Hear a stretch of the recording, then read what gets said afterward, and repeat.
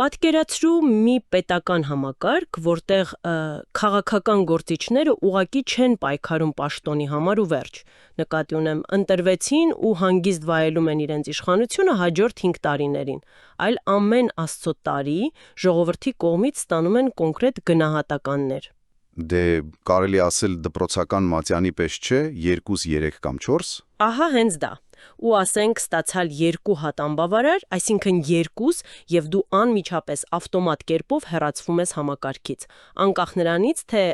քանի տարի էր մնացել քո պաշտոնավարմանը։ Ուրեմն այսօր մենք քեզ հետ միասին, հարգելի ունկնդիր, կատարելու ենք մի շատ խորը ուսումնասիրություն, մենք դիտարկելու ենք մի արմատական, ինժեներական ճշգրտությամբ գծված պետական մոդել, որը մեր սեղանին դրված փաստաթղթերում կոչվում է ժողովրդապատկան պետություն։ Ողջույն բոլորին։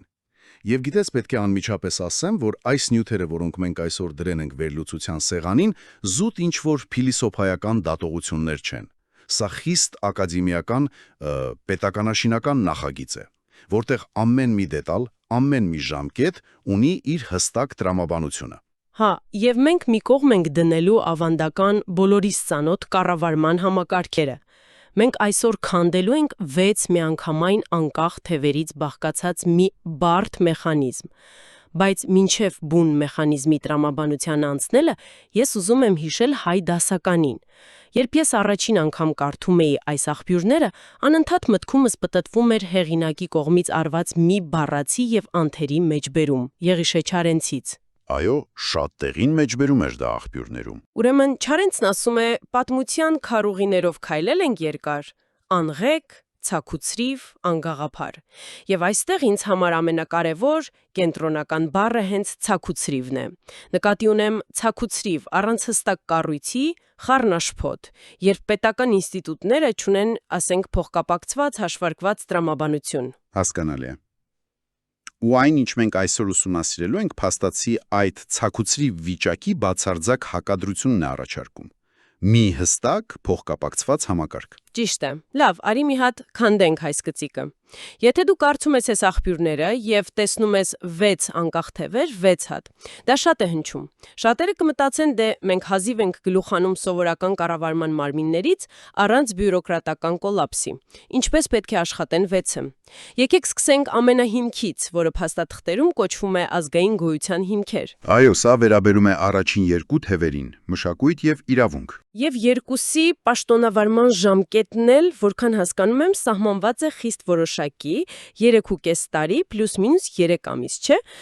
Լավ, եկեք մանրամասնենք սա, որովհետև ավանդական պետություններում մշակույթը ուղղակի մի սովորական նախարարություն է։ Ահա, այստեղ ամենաուշագրավն այն է, որ այս մոդելում մշակույթը ընդհանրապես այն չէ, ինչ մենք սովոր ենք տեսնել։ Դա պարզապես համերգներ կամ ցուցահանդեսներ կազմակերպող նախարարություն չէ, որը ենթակա է վարչապետին կամ նախագահին։ Ըստ այս նախագծի մշակույթը հավասարեցված է իրավունքին։ Այն հանդիսանում է հիմնարար, անկախ իշխանական թև։ Այսինքն, եթե մի հատ անալոգիա բերենք, արդյոք սա նման է, ասենք, ծառի արմատների եւ բնի համակարգին։ Արմատները որպես մշակույթ, իսկ բունը որպես իրավունք։ Իհանալի համեմետություն է։ Այո, որովհետև երբ մենք խոսում ենք մշակույթի թևի մասին, աղբյուրները նշում են, որ այն կառավարում է լեզուն, կրթությունը, գիտությունը, կրոնը, բժշկությունը, նույնիսկ արհեստն ու ազգային խոհանոցը։ Դա ազգի տեսակը, ինքնության կոդը պահող հսկայական ինստիտուտ է։ Իսկ իրավունքը մեր ծառի բունն է, զուտ պետության նյութական եւ ֆիզիկական գոյությունը։ Այն կարգավորում է տարածքային կառավարումը, տնտեսությունը, այսինքն արդյունաբերություն, գյուղատնտեսություն, ինչպես նաեւ անվտանգությունը, բանակ եւ արտաքին առավելություններ։ Սպասիր, մի րոպե, հենց այստեղ պետք է կանգ առնենք ու հասկանանք մեխանիկան։ Եթե մշակույթն ու իրավունքը երկուսն էլ անկախ թևեր են, ապա գործնականում ինչպես է դա աշխատում։ Օրինակ, եթե մշակույթի թևը որոշում է, որ կրթության ոլորտում պետք է լինի այսինչ ռեֆորմը, ովքեր են դա ֆինանսավորում։ Չէ, նկատի ունեմ, եթե նրանք բախվեն բյուջեի հարցում իրավունքի թևի հետ, ասելով, որ մեզ ավելի շատ գումար է պետք գիտության համար, քան բանակի կամ գյուղատնտեսության, ով է վերջնական որոշում կայացնողը։ Չէ՞ որ երկուսն էլ հավասար ուժ ունեն եւ ուղիղ ընտրված են ժողովրդի կողմից։ Դա շատ լավ հարց է, եւ հենց այստեղ է երևում մոդելի այդ ինժեներական միտքը։ Նրանք չեն ենթարկվում մեկը մյուսին, որովհետեւ նրանց ազդեցության գոտիները խստորեն առանձնացված են։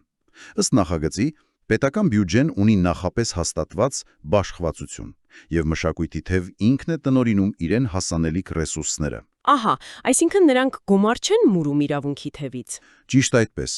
Տրամաբանությունն այն է, որ պետության քաղաքական վայրիվերումները, օրինակ տնտեսական որոշումները կամ արտաքին քաղաքականությունը, չպետք է կարողանան պատանդ վերցնել դպրոցը կամ հիվանդանոցը։ Նրանք գործում են զուգահեռ, եւ այս 3.5 տարվա ժամկետն էլ պատահական չէ։ Դա ռազմավարական ծրագրերի իրագործման օպտիմալ շրջափուլն է համարվում այս աղբյուրներում։ Հասկանալի է, բայց արի անկեղծ լինենք։ Եթե մշակույթն ու իրավունքը ապահովում են պետության շարժիչ ուժը, ապա ինչպես է ապահովում դրանց մաքրությունն ու արդարությունը։ Դե գիտես, 3.5 տարին լիովին բավարար ժամանակ է, որպեսզի կոռումպացված պաշտոնյան հասցնի լրջագույն վնասներ տալ։ Եթե նրանք այդքան անկախ են, ի՞նչն է ստիպում նրանց լավ աշխատել։ Ահա, եւ այստեղ խաղի մեջ են մտնում համակարգի մյուս երկու թևերը, որպես հարաբերությունների կարգավորիչներ։ Առաջինը վերահսկողության թևն է։ Ըստ աղբյուրների, վերահսկողության գործառույթն իր մեջ միավորում է վերահսկողության ծառայությունը, քննչական ծառայությունը եւ դատախազությունը որպես մեկ անկախ իշխանական մարմին։ Մեկ անկախ մարմին, ոչնի ենթակայություն գործադիրին։ Բացարձակապես։ Եվ նրանց պաշտոնավարման ժամկետը սահմանված է 4.5 տարի։ Սպասիր, այստեղ ժամանակային անհամապատասխանություն կա։ Եթե դու կառուցում ես կատարյալ համակարգ, տրամաբանական չէր լինի, որ ժամկետները նույնն լինեին։ Ինչու է վերահսկողությունը տևում 4.5 տարի, այսինքն 1 տարով ավելի երկար, քան գործադիր գործառույթ ունեցող իրավունքը, որը 3.5 տարի է։ Այստեղ ամենահետաքրքիրն այն է, որ դա արված է միտումնավոր։ Իրոք։ Հա, որովհետև ճիշտ այդ տարբերությունն է կանխում համակարգային ճգնաժամերը։ Եթե վերահսկողն ու վերահսկողը նույն պահին փոխվեին, դա կստեղծեր վակուում եւ քաղաքական առևտրի հնարավորություն։ Բայց քանի որ ժամկետները տարբեր են, նրանք երբեք միաժամանակ չեն զրոյանում։ Երբ գալիս է նոր կառավարիչ իրավունքի թևում, նրան արդեն սպասում է անկախ ու փորձառու վերահսկողության թևը։ Սա իսկապես խելացի է։ Միջնաժամկետ անաչառ վերահսկողություն է ապահովում։ Ճիշտ է, բայց սա դեռ ամենը չէ։ Կարգավորիչների բլոկում կա նաև 4-րդ թևը՝ բարձրագույն դատարանը։ Այն ձևավորում է ողջ դատական համակարգը եւ վերահսկում արդարադատության անաչառությունը։ Ու ըստ փաստաթղթերի այն բաղկացած է 7 կամ 9 անձից, չէ՞։ Ու ամենաարմատականն այն է, որ նրանք ընտրվում են ուղիղ ժողովրդի կողմից։ Բայց ինչ ժամկետով։ Սա համակարգի ամենաերկարակյաց թևն է։ Ժամկետը սահմանված է 6.5 տարի։ 6.5 տարի։ Նկատի ունեմ, դա տրամաբանական է դատարանի համար։ Այո, դա ապահովում է առավելագույն անկախություն եւ երկարաժամկետ կայունություն հնարավոր քաղաքական տատանումներից։ Այս դատավորները իրենց պաշտոնավարման ընթացքում տեսնելու են եւ մշակույթի եւ իրավունքի թևերի մի քանի փոփոխություն։ Լավ, մենք ունենք 4 հզոր թև, բայց գիտես, ինձ թվում է համակարգը դեռ ամբողջական չէ, որովհետև մենք խոսում ենք մի ազգի մասին, որի գերակշիռ մեծամասնությունը, ասենք, սփռված է աշխարհով մեկ։ Ինչպես են նրանք ինտեգրվում այս պետական կառույցի մեջ, չէ՞ որ մինչև հիմա մենք խոսում ենք զուտ ներքին կառավարման մասին։ Դրա համար աղբյուրները ներմուծում են համախմբման ինստիտուտները։ Դրանք վերջին 2 թևերն են։ Նախ ունենք դասական օրենսդիր ժողով, դա պետության գլխավոր օրենսդիր հիմնարկն է, որն աշխատում է 5.5 տարի ժամկետով։ Սա ամրապնդում է ներքին օրենսդրական դաշտի կայունությունը, բայց երկրորդը շատ ավելի յուրահատուկ է։ Ահա այստեղ է, որ ամեն ինչ իսկապես հետաքրքրանում է։ Ես կարդում էի համընդհանուր ազգային ժողովի մասին։ Դա մի բացառիկ ներկայացուցչական մարմին է, որը պետք է միավորի հայրենիքն ու սփյուռքը, չէ՞։ Այո, այն ձևավորվում է արտերկրում բնակվող հայկական համայնքների падգամավորներից։ Ընտրությունները կազմակերպվում են դեսպանատների միջոցով։ Բայց ժամկետը, ես երբ կարդացի, մտածեցի հաստատ սխալ կա։ Ժամկետը նշված է ընդամենը 1 տարի։ Ինչու ընդամենը 1 տարի։ Մյուսները ունեն 3.5, 4.5, անգամ 6.5 տարի, իսկ այս հսկայական միջազգային ցանցը ընդամենը 12 ամիս։ Գիտես, դա ամենևին էլ սխալ չէ, սա շատ նուրբ ռազմավարական հաշվարկ է։ Բանն այն է, որ սփյուռքի եւ միջազգային համայնքների դինամիկան շատ ավելի արագ է փոխվում։ Աշխարհաքաղաքական ցնցումներ, տեղական խնդիրներ, 1 տարով ընտրված մարմինը ապահովում է արագ արձագանքման եւ անընդհատ թարմացվող ներկայացուցության առավելագույն ճկունություն։ Այսինքն, որպեսի падգանավորը չկտրվի իր համայնքից, հա։ Ճիշտ է։ Այն թույլ չի տալիս լճացում։ Եթե նրանք լավ են աշխատում, ժողովուրդը նրանց կվերընտրի, բայց մեխանիզմը միշտ զգոն է պահում նրանց։ Եվ այսպես, ինչ է այս ամենը նշանակում մեզ լսողի համար։ Եթե մենք նայում ենք այս թվաբանությանը՝ 1, 3.5, 4.5, 5.5, 6.5, ինչպես է այս ամենը աշխատում որպես մեկ ամբողջություն։ Մանավանդ որ ընտրություններն էլ, որքան հիշում եմ, չեն կարող լինել ցանկացած պահի, փաստաթղթերը նախատեսում են բացառապես մարտ-ապրիլ կամ սեպտեմբեր-հոկտեմբեր ընտրական պատուհաններ։ Այո, եւ եթե սա կապենք ավելի մեծ պատկերի հետ, մենք տեսնում ենք մի համակարգ, որը նման է կատարյալ մեխանիկական ժամացույցի։ Տարբերակված ժամկետները գործում են կենսունակ ռիթմով։ Նկատի ունես ասինխրոն ժամկետների պատճառով, հա։ Ճիշտ այդպես։ Այս կառույցն իսպար բացառում է անշարժությունը կամ հարմարվողականությունը, քանի որ համակարգը երբեք միաժամանակ ամբողջությամբ չի զրոյանում եւ չի փոխվում։ Այն միշտ հոսքի եւ վերահսկողության մեջ է։ Երբ մեկը սկսում է իր ժամկետը, մյուսն արդեն մեջտեղում է, երրորդը ավարտում է։ Ուղղակի ֆանտաստիկ մաթեմատիկա է։ Լավ, արի ամփոփենք այս մեր ակադեմիական վերլուծության գլխավոր միտքը։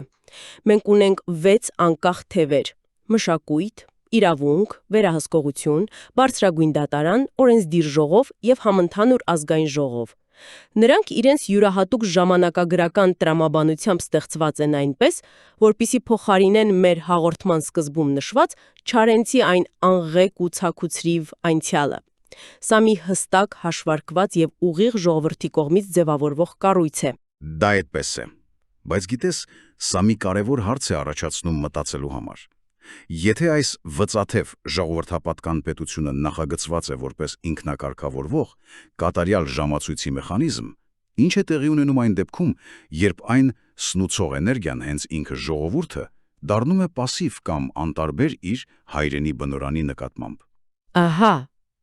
դա իսկապես ծանր հարց է։ Այո,